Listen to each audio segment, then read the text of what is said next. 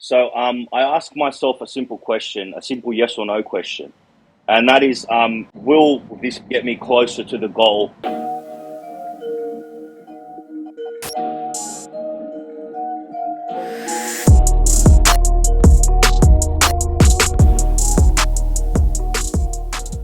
All right, you guys, it's Matt back here once again from the Gym Partners app with my partner Rory.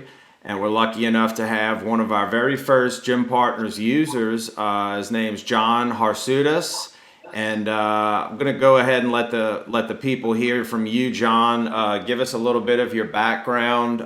You actually just competed right when we kind of got hooked up. You were a couple weeks out from a competition. So just give us a quick little bit of background about yourself, if you wouldn't mind. Yeah, sure, man. Nice to meet you, bro. Firstly, I just want to thank you for having me on this podcast, bro. It's a real honor, man. So I want to thank you, man. Firstly, the app that you created is fantastic, man. I use it honestly every day through my training, and I'm actually thankful that somebody had the mindset to actually create something like this. My name is John. I'm 30 years old, and I'm an amateur bodybuilder from Australia. As you said, yeah, I did compete this past April. It was my second competition, and I managed to get third in a national show, which I'm pretty proud of. Yeah, congrats on that, man. Like your photos, it was funny. I was talking to Rory before this, and your photos, when we first hooked up, you were a couple weeks out from competition.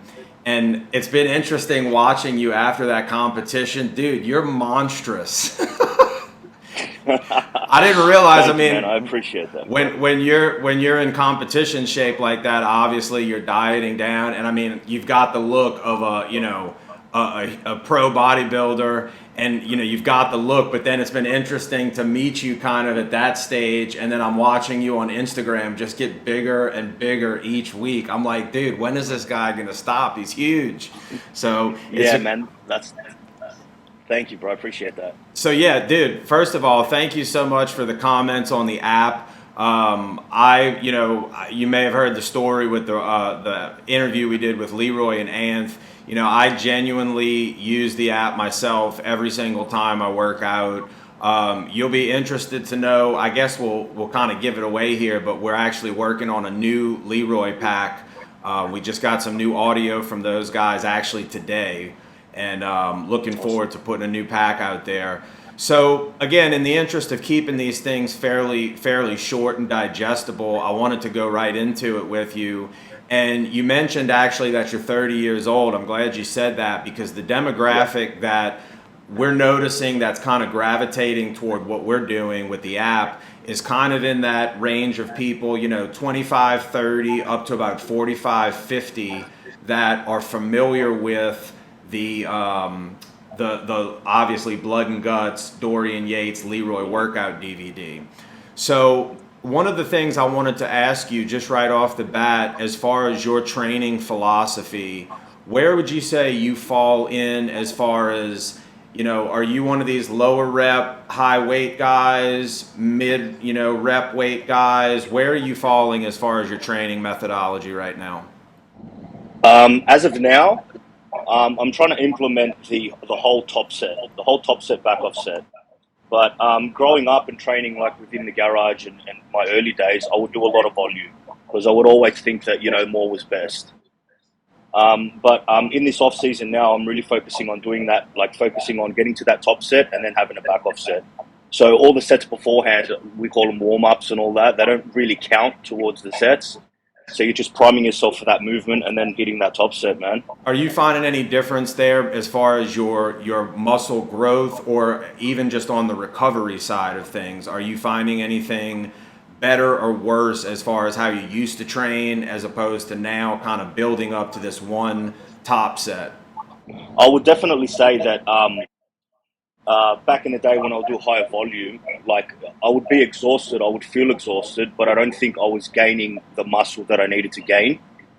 So yes, there is an argument for saying that volume may be good for longevity, but in a sense of efficiently building muscle, I think that the top set and doing as heavy a weight as possible with the best form you can is the fastest way to build muscle. Awesome. So one thing I've been talking about with Rory as well, in the sense of the tempo of your sets. You know, I kind of recently came across this. You know, I've heard of it before, but I'm kind of implementing it myself now. Like I said, getting older, more prone to injury, trying to slow sets down, and I'm kind of doing a three up, three down tempo. I guess I would say 3 seconds concentric, 3 seconds eccentric.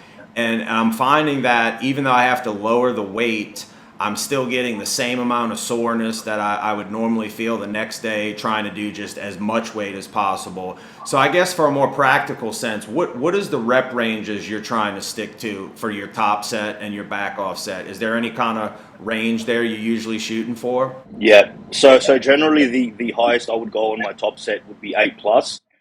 But sometimes we do fall under that. I get to 6 to 7 when the weight starts to get a little bit heavier, you know, when you're challenging yourself. But generally you stick to that 8 plus.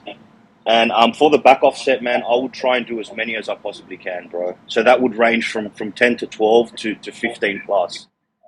So again, the back off set is a little bit lighter than the top set. But I feel that hitting both rep ranges with a heavy weight and a moderate weight is the best way to go. And I'm assuming you're pretty much always trying to take it to failure for both of those sets? Yeah, for both of those sets, yeah, that's correct. Yeah. Yeah. The warm-up sets, obviously not so much. You're really just priming yourself for that move. But definitely that top and that back off, you really want to go to failure. Awesome. And how many? Yeah, Go ahead, Rory. We're probably about to ask the same question. How many sets are you doing? How many sets for a specific exercise? Yeah, and I guess that leads into the next question, which is how many different exercises, you know, for a particular muscle group are you doing? Yeah. Okay. So we'll take back, for example, because I trained back yesterday. We'll use T-bar as an example as well. I did T-bar, so I worked up to 8 plates on the T-bar. So I would only count the 8 plate and the set I did afterwards as my 2 top sets, and the warm-up sets would have been about 3 to 4 sets of those. So, you know, I would have worked my way from 2 plates, 3 plates, etc. But I wouldn't necessarily count those because I'm not really exerting any sort of energy towards those sets. Now, when you say that, to get a little more specific, John, for those warm-up sets, because that actually, I guess, for the type of weight someone like yourself is building up to, it's probably a little bit more of a stepping stone process. For myself, I'm kind of doing basically what you're talking about now, but I'm only typically doing what I guess I would say maybe like 2 warm-up sets. So when you're doing those 3 or 4 warm-up sets, on just like a percentage capacity, how hard would you say those sets are for you as far as the warm-up stuff goes? Like 50% effort, or? Yeah, I would say less than 50 for sure. Okay, Yeah. good. Yeah, good to know. So have you, at your age, you said you're 30. I mean, you're, like I said, dude, you're a freaking monster. Are you having any issues with injury or anything like that yet? Have you had to deal with that yet?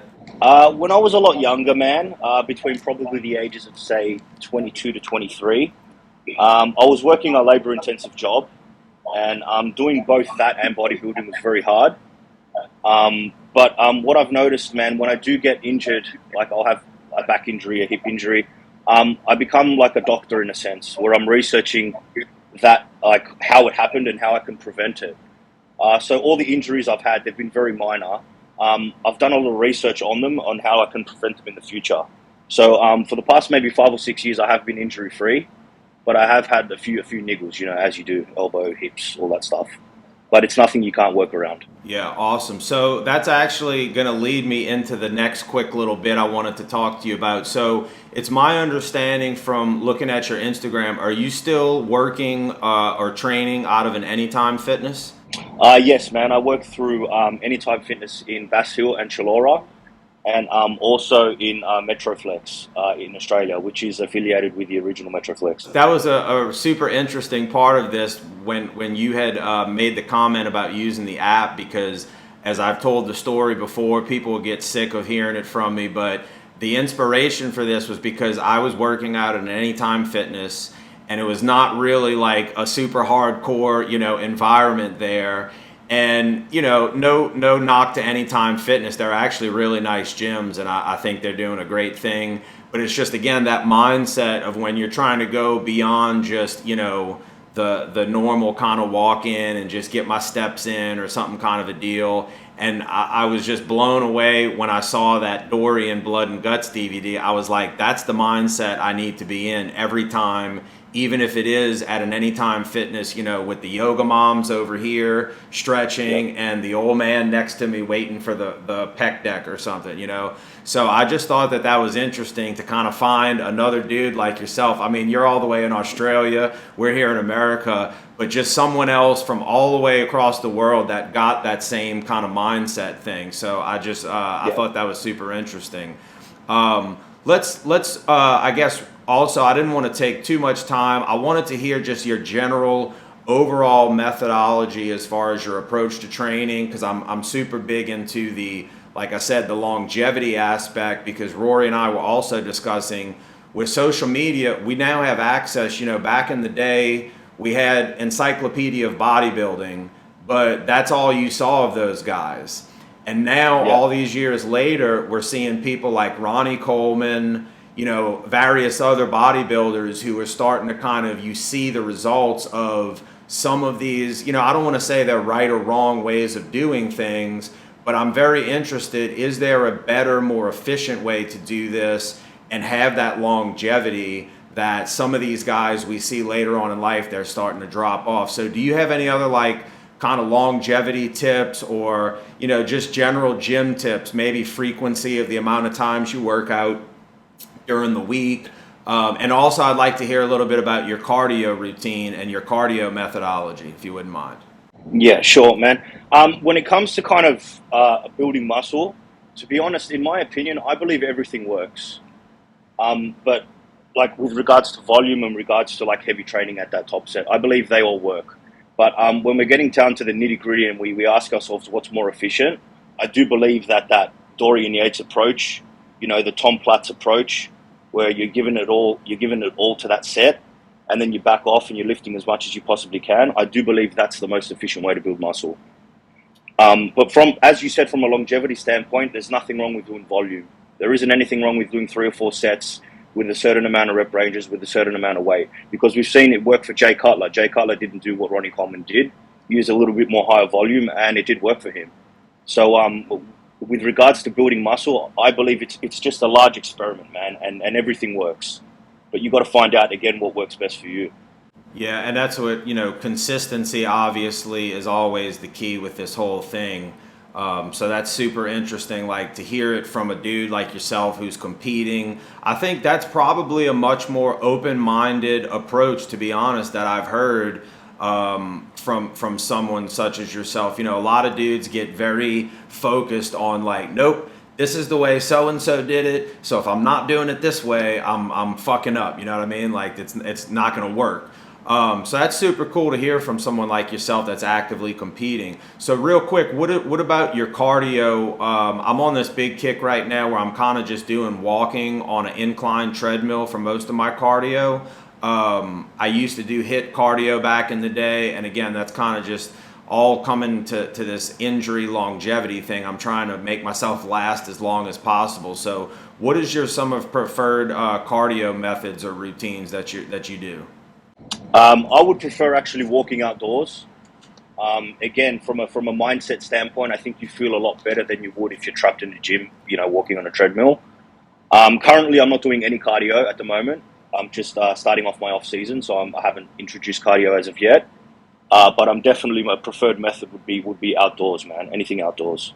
So let me ask you real quick on that note. And again, when you get to be an old man like me, John, you'll be much more worried about your health and longevity, trust me. But so that's interesting. Do you feel like by not, I mean, obviously, you know, trying to compete, you're in the off season, you're trying to build as much muscle as possible.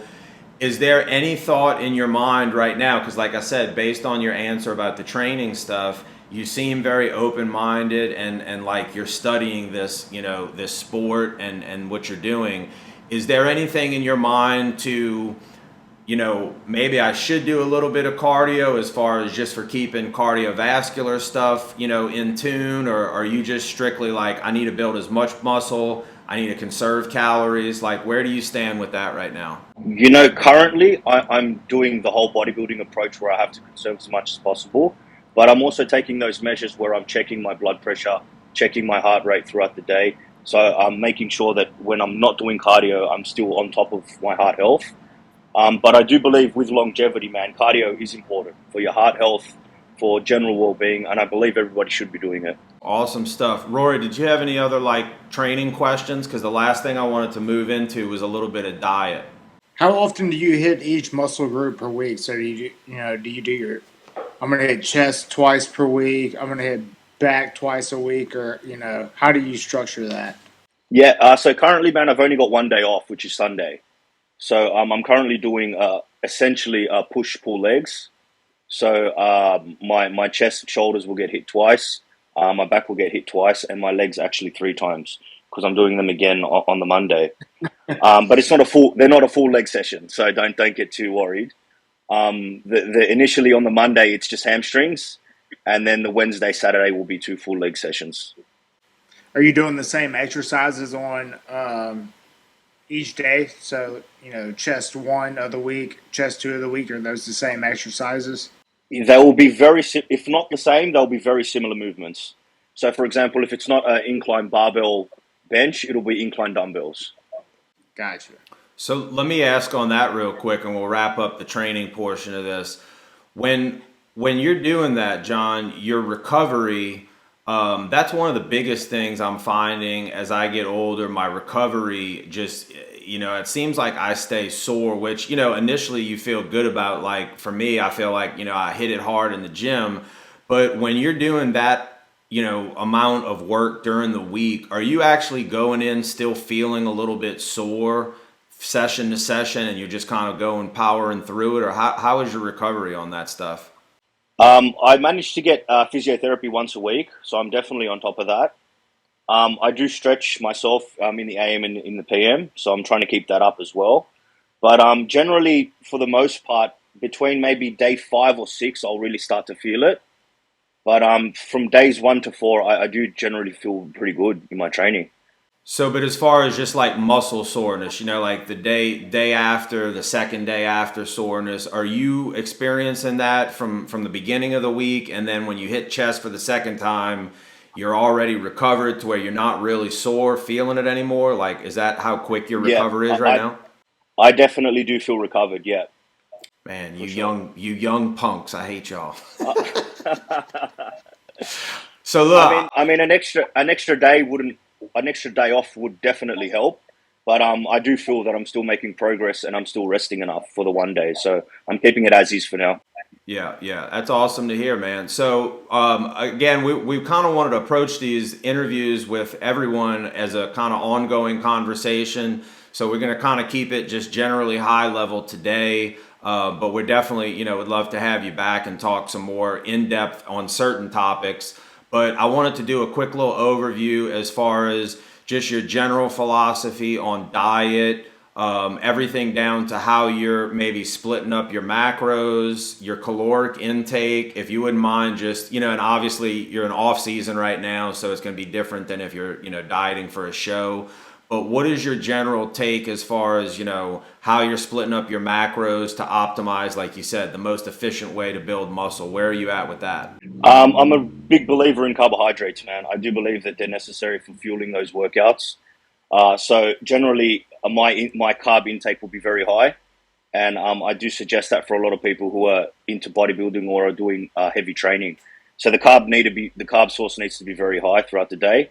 Your protein needs to be pretty much where between 250 grams to 300, I believe, is a good spot for anyone trying to build muscle. And the fats need to be moderate, man. No less than 40 grams, and in my opinion, no higher than 80 to 100. So let me ask you said now for the protein, like 250 to 300. Now, obviously, different bodies, different weights. Do you have a You guys are probably, are y'all on what is it, imperial or Yeah, international? Y'all in kilograms. kilograms. Yeah, So we're on kilograms. I could do the calculation in the show notes or something if necessary. But what would are you have any thoughts on, a per kilogram kind of protein requirement for people? Or I mean, I know for you, it works, but if you were to tell somebody you're training, how much protein per kilogram? I've even really quickly to just mention kind of gotten into thinking about, okay, if I'm trying to hit X amount of lean muscle mass, in other words, I'm not just counting raw body weight, I'm actually counting what is my lean muscle mass approximately that I'm shooting for. I'm going to get X amount of protein per kilogram or pound for that. You have any thoughts there? Yeah, I would say a general rule of thumb for males and females is pretty much double your weight in protein. So let's say you weigh 100 kilos, your minimum amount of protein for that day would be 200 grams. And this is obviously in the realm we're talking of, fairly hardcore bodybuilding. So for the folks out there that maybe are not necessarily, like myself, Rory, we're not aiming to be professional bodybuilders or traditional maybe bodybuilders necessarily even, but there is a lot of, conspiracy surrounding like what is that magic number. And like you said, it is all just a big experiment at the end of the day. And I guess the one thing I'll add, that might be of value to some people out there is the only real way to know what works is to do something consistently and to measure it and adjust from there. So I guess really quickly, how are you handling measuring your food intake? Are you using like MyFitnessPal? Are you tracking it, or how do you handle that? I do use MyFitnessPal, but all the weight is measured throughout the day. So I'm pretty much eating the same thing every day, man. So everything's measured to the gram, and everything's eaten pretty much at a similar time. Yeah, I think that's another epiphany that I had a few years ago that a lot of people don't want to necessarily hear. But if you want a diet to work, just eat the same stuff every single day pretty much, and you'll be able to dial it in pretty quickly. That's Yeah, that's awesome, right. man. So do you have, as far as, I guess, one of the final questions to ask you for this session, because again, we're trying to, reach, obviously starting out with this app, more of the bodybuilder kind of hardcore people such as yourself, but also giving people who are not necessarily trying to take it to that level, but they are trying to, and again, mindset is the big focus here, trying to take the mindset up a notch. As we know, when you're dieting for a show, mindset and the diet becomes a big thing. So do you have any kind of diet hacks or tricks that maybe people wouldn't necessarily think are so obvious that helps you get through when you're trying to diet down and you really want those extra carbs but you can't have them? Yeah, I definitely do, man, and I'll definitely share it with you. So what I do is I pretty much simplify everything. So I ask myself a simple question, a simple yes or no question, and that is, will eating, for example, this pizza get me closer to the goal that I'm after, that I'm looking to achieve, which is competing? And generally the answer is no, it won't. So it's pretty much that simple. I'm not going to have the pizza. So anything that's going to affect the outcome, the goal, it's not going to take part in my life, man. So it's pretty much just simplifying things and asking yourself, what do you want more? Do you want to, have a meal, or do you want to look a certain way? Yeah, I mean the goal setting and really just having that kind of like centered focus on knowing exactly what you're trying to achieve, and like you said, making it as simple as possible. Is this going to help me for my goal that I've set? Yes or no? Now let me ask you this, and this will be probably the last one on the diet thing, and we'll wrap this up. So I don't know what your home life situation is. I do know, I think you have a puppy, right, or a dog? I do, yeah, man. He's about 6 months, 6.5 months now. Okay, awesome. Yeah, I'm a big dog person. So when people out there have families around, and for myself, I've tried to tell this to my wife on occasion, like, look, when you go to the grocery store, if you're actually focused on your diet and you're trying to really dial it in and stick with it, the real answer becomes, if possible, don't bring that food that is not going to help you with that goal. Don't even bring it into the house, because you're now bringing that temptation every time you open the fridge, every time you open the pantry. You've got to see the box of pancake mix there, or whatever numerous treats can be stored there. So I don't know what your home situation is, but I guess the point is, it's easy for people to be like, okay, is this going to help? Yes or no? But it might be a little bit harder if you say that when your spouse or your son or daughter has the big stash of Fruit Loops or something, and it's just been a long week, and you know what, I'm doing legs tomorrow, I need those carbs, fuck it. Like, anything you could comment there, as far as just mental, or is it really just still like, hey, just stick to the goal, yes or no? I mean, it's very, like, as Tom Platz, said years ago, you kind of have to make a promise to yourself, So I promised myself that I'm going to give this everything I have. And by doing that, if you kind of fail, you're kind of failing on yourself. And again, nobody will know that you cheated. You will only know, because you can eat that cereal in private and nobody's going to know. But deep down, when you hit the bed that night, you're going to know that, okay, I cheated myself and I failed. So is that something that you want to live with, man? Awesome answer. I can tell for sure. I'm not 100% sure, but I feel like you have the same mindset and philosophy, and have probably read some of the same books that myself and Rory here have read, because it sounds like some of the I guess the root things you're talking about are really some of those more principled things that is not maybe as obvious to people when they're just looking at, a lot of people look at this whole thing as just, oh, you just lift the weights and you just eat the food, but it's so much harder than that, and there's really a lot more philosophy that goes into really this lifestyle that you're living. So I think we could have a very interesting conversation on some more of that kind of more philosophical type stuff. But we'd definitely love to have you back and talk some more in-depth training, diet type things like that with you. Rory, did you have any other last questions for John here? No, man. Thanks for coming on, and again, congratulations for placing in your last competition. Hopefully, we can do some more of these, man. And also, Awesome, I admire any bodybuilder, man. It seems like the hardest thing you could ever choose to do in life, to me.